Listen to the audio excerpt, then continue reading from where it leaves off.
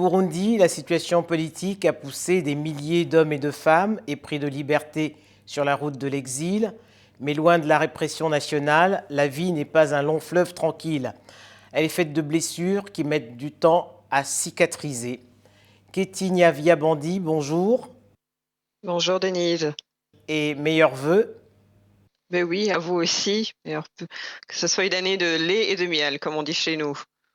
Des pavés de Bujumbura, où en 2015, vous mobilisiez une centaine de femmes contre le troisième mandat de Pierre Nkurunziza à Ottawa, où vous dirigez depuis septembre 2020 la section anglophone d'Amnesty International. Diriez-vous que votre engagement citoyen a finalement payé? C'est une question difficile à répondre, hein. Lorsqu'on s'engage de la manière dont je l'ai fait, ce qu'on souhaite avant tout, c'est la justice, la liberté pour les siens, pour les communautés pour lesquelles on s'est levé. Hélas, ce n'est toujours pas le cas au Burundi. Cependant, j'espère et je crois que notre engagement, le mien et celui de milliers de Burundais, a semé des graines qui continuent à pousser et qui vont un jour fleurir en un élan de plus de justice, un Burundi beaucoup plus juste, plus équitable et par conséquent plus libre pour tous ses citoyens et ses citoyennes. Après la disparition de Pierre Nkurunziza, que reste-t-il du hashtag Burundi Crisis? Écoutez, la crise, la Burundi Crisis, qui a commencé en 2015, mais qui en fait a des racines beaucoup plus profondes, elle continue, hélas, hein, elle continue jusqu'aujourd'hui, elle continue de manière plus silencieuse.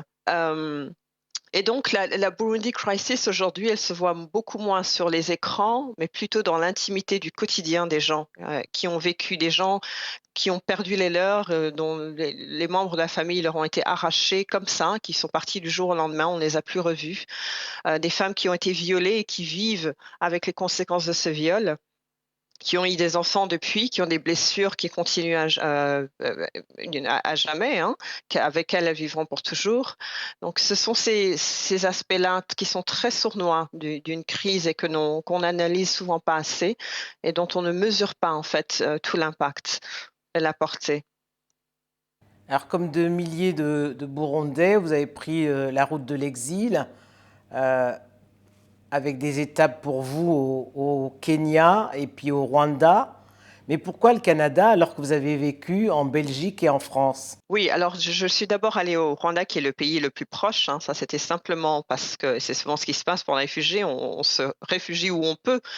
Et ensuite, j'ai bougé vers le Kenya, où j'avais des liens et où j'ai étudié également. Et puis le Canada, parce que j'avais de la famille. Et au départ, quand je suis venue, je ne pensais pas du tout y rester, hein. Moi, j'ai toujours voulu, j'ai vécu ailleurs, en dehors de mon pays, mais j'ai toujours voulu vivre dans mon pays et je suis toujours rentrée. Donc, lorsque je suis venue, c'était pour une visite familiale. Et malheureusement, les menaces qui existaient et les conditions qui existait au Burundi à ce moment-là, ont fait en sorte que c'était impossible pour moi de rentrer. J'ai toujours rêvé de continuer ma vie et de m'épanouir et de contribuer à mon pays ou à l'Afrique. Donc je n'avais jamais imaginé faire ma vie adulte en Occident. Et bon, je suis effectivement née en Belgique, mais je n'ai pas plus d'attache. J'ai fait mes études en France, une partie, mais voilà, moi, mon envie avait toujours été de continuer ma vie, de m'épanouir, d'élever mes enfants dans mon propre pays. Donc c'était un petit peu c'est un accident du destin qui fait en sorte que je me retrouve, aujourd'hui, ici, au Canada. Mais un accident que vous ne regrettez pas. Non, je regrette le départ, hein, le départ, l'exil, je le regrette. L'exil est toujours une déchirure, épouvantable. C'est toujours une déchirure. J'aurais aimé que ce soit un choix. Hélas, ce ne l'est pas. Maintenant, je suis ici et il faut reconstruire sa vie. C'est ce que je fais pour moi, pour mes enfants, pour mon pays et je suis convaincue qu'en fait on peut, Maintenant avec le recul 5 ans plus tard, je me rends compte qu'en fait on peut reconstruire, on peut se reconstruire et reconstruire, son pays à partir de là où on est et c'est ce que je fais. J'essaye de continuer mon combat qui a toujours été celui pour, une société plus juste, ici même, hein, donc où je suis, parce qu'il existe des inégalités, il existe des injustices profondes ici également et non seulement au Canada, mais partout dans le monde. Et je pense que mon parcours, en fait, peut aider, à pas uniquement à résoudre, mais peut contribuer, en fait, à trouver des solutions. Et donc j'ai l'ambition de faire partie de ces Africains et Africaines qui réparent le monde à leur manière, qui, en fait, qui puisent dans leurs, propres, déchirures et leurs propres difficultés pour pouvoir apporter des solutions durables au monde. Avant d'être reconnu comme réfugié au Canada, vous avez dû accepter d'être apatride. Comment vous avez vécu ce renoncement à une partie de votre histoire? Oh, c'est terrible, Denise. Je ne le souhaite à personne.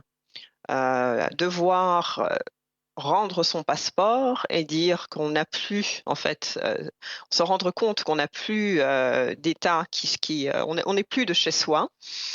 On n'a plus cette identité-là. C'est un moment, grave, c'est un moment, je le dis toujours, je l'ai vécu comme un deuil, le deuil d'une personne très chère.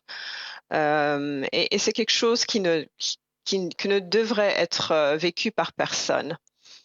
Hem, Maintenant, avec le temps, ce que ça m'a appris personnellement, c'est que nous sommes aussi des citoyens du monde et des citoyennes du monde et que donc, je suis burundaise avec mon passeport ou pas. Je suis burundaise que l'État burundais le reconnaisse ou pas, que veuille de moi ou pas. Je reste profondément, burundaise et que voilà, le Burundi n'appartient pas à ses dirigeants, hein. Le pays, c'est un pays, c'est un peuple, c'est une histoire. Un pays, c'est une relation personnelle et intime avec soi-même. Et ça, personne ne peut me l'ôter. Et ça continue d'être ma conviction et ma manière de me mouvoir dans le monde et d'avancer dans le monde. Avant d'être reconnu par le Canada, il y a eu un long chemin parsemé d'écueils. Quelles leçons vous en avez tirées? Oui, c'était un moment, très difficile et c'est une expérience que vivent toutes les réfugiés et toutes les personnes réfugiées, en fait. C'est-à-dire que vous arrivez dans un pays, vous avez tout laissé derrière vous, tout ce que vous connaissez, tout ce que vous possédez, toutes vos attaches, tous vos repères. Et lorsque vous arrivez dans ce nouveau pays, on vous réduit à un mot: réfugié, une étiquette qui efface tout ce que vous êtes et vous devez, en fait, vous prouver continuellement. Vous redéfinir et réclamer votre identité et qui vous êtes. C'était un parcours, douloureux, qui m'a appris la résilience en fait, hein, la force que portent, toutes les populations réfugiées et particulièrement, les peuples africains. Une capacité d'adaptation incroyable pour pouvoir reprendre sa vie dans un pays complètement étranger. Ça requiert une intelligence très fine, ça requiert, un courage quotidien, ça requiert, une compréhension, une sensibilité à l'autre en fait. Pour pouvoir vous adapter, vous devez être sensible à ce que l'autre est et ça demande une retenue extraordinaire face à toutes ces difficultés. Et ce sont des choses qui m'ont forgée, qui ont forgé, mes enfants et qui nous forgent tous et qui font en sorte, en fait, que nous sommes extrêmement riches dans ces sociétés-là et ce que nous apportons est puissant et fort. Nous avons énormément de choses à apprendre, je pense, aux sociétés qui nous accueillent et c'est absolument mon intention de le faire. C'est ce que je fais déjà heu, dans ce nouveau, poste que j'assume. J'apporte toute cette richesse et toute cette expérience-là avec moi et elle m'informe, elle me guide, elle fait partie de mon expertise. Et c'est comme ça que vous accompagnerez mieux les personnes qui, comme vous, ont été confrontées au racisme et au plafond de verre? Absolument, absolument. C'est-à-dire que cela forge ma manière de comprendre, les inégalités ici au Canada. Ça informe toutes mes relations avec les dirigeants canadiens avec qui je fais face. Lorsque nous parlons de politique pour les réfugiés, j'en parle en tant que réfugiée moi-même. en tant que femme en plus réfugiée qui a vécu cela avec une double douleur, une double difficulté, celle d'être à la fois femme et à la fois réfugiée. Donc cela informe toutes les décisions que je prends et toutes les interactions que j'ai avec le gouvernement canadien, avec les acteurs, qui prennent des solutions. Parce qu'en fait, on se rend compte, c'est ce que je me rends compte constamment, c'est que les personnes qui prennent des décisions par rapport à ces questions-là n'ont jamais eu cette expérience, ne savent pas ce que c'est que d'être sans abri, que d'avoir quitté, d'être forcé de quitter chez soi, donc ne connaissent pas les besoins et donc les réponses qu'ils apportent ne sont pas nécessairement adaptées et c'est pour ça qu'il est fondamental d'avoir des personnes, qui ont un vécu comme le mien dans des postes de décision parce que justement, nous savons de quoi nous parlons et nous pouvons apporter des solutions pratiques, efficaces, durables. C'est absolument fondamental. Dernière question, Katie, avec le recul pour vos filles et pour vous-même, après ces 5 années de galère, c'est enfin le début du conte de fées? Je dirais que c'était pas de la galère. C'était des situations difficiles qui nous ont forgés, mais c'était un apprentissage à la vie. Mes filles, je suis très fière de la manière dont mes filles se sont tenues et portées durant ces années-là. Nous avons énormément appris ensemble et aujourd'hui, je ne dirais pas que c'est un conte de fées. Je dirais que c'est une autre page de notre vie qui s'ouvre. Le conte de fées, ce serait de pouvoir rentrer chez nous et pour elles d'être épanouies et de vivre dans un pays où elles se sentent vraiment elles-mêmes, où elles parlent leur langue. Ça, ce serait le conte de fées et je crois comme j'y crois quand même, je pense que cela arrivera un jour.